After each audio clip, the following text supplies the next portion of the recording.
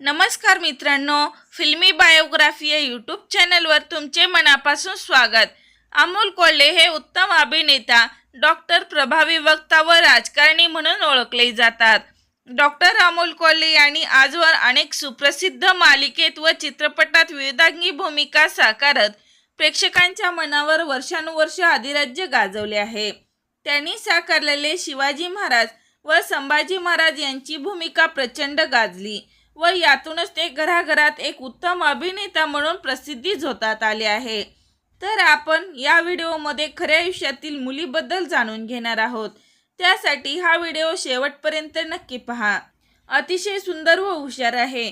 तिने सोनी मराठी वाहिनीवरील स्वराज्य, सौदामिनी, तारा मंदिर या प्रचंड गाजलेल्या मालिकेत ताराबाईच्या बालपणीची भूमिका साकारली होती। या मालिकेत बाप लेकीची जोडी ही पहिल्यांदाच एकत्र झळकली होती।